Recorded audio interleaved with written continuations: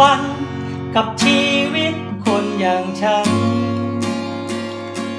และหน้าที่การงานที่ดูแข็งขันช่วยให้ใครและใครมีความสุขช่วยให้ใครเขาคลายทุกข์ใจ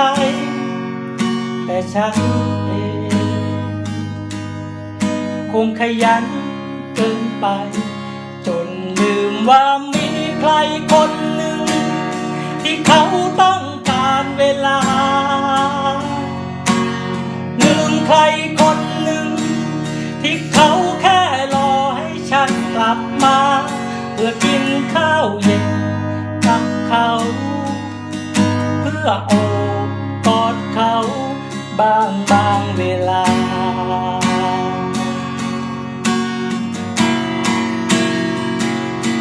ขอโทษที่วันนี้ฉันเพิ่งมีเวลาแต่มันไม่มีค่าใดเมื่อไม่มีเธอขอโทษที่วันนี้ฉันเพิ่งค้นเจอว่าเธอคือคนที่ฉันควรดูแลที่สุด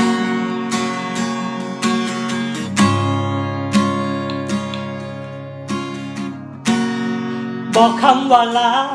ออกไปเสียดังสุดเสียงกลับได้คืนมาเพียงแต่ความเงียบงันฟ้ากลางคืนที่มันไล่ดาวเงายังไงไม่เทียมเท่าทันกับหัวใจของฉันที่มันต้องการเธอ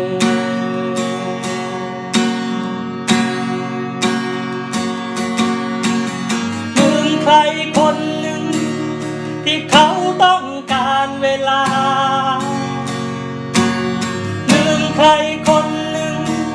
ที่เขาแค่รอให้ฉันกลับมาเพื่อกินข้าวเย็นกับเขาเพื่อโอบกอดเขาบางเวลา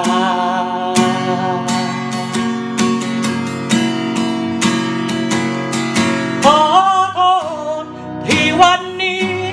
ฉันเพิ่งมีเวลาแต่มันไม่มีค่าใดเมื่อไม่มีเธอขอโทษที่วันนี้ฉันเพิ่งค้นเจอว่าเธอคือคนที่ฉันควรดูแลที่สุดหัวใจเธอเป็นเพราะฉันที่ทำให้มันหยุด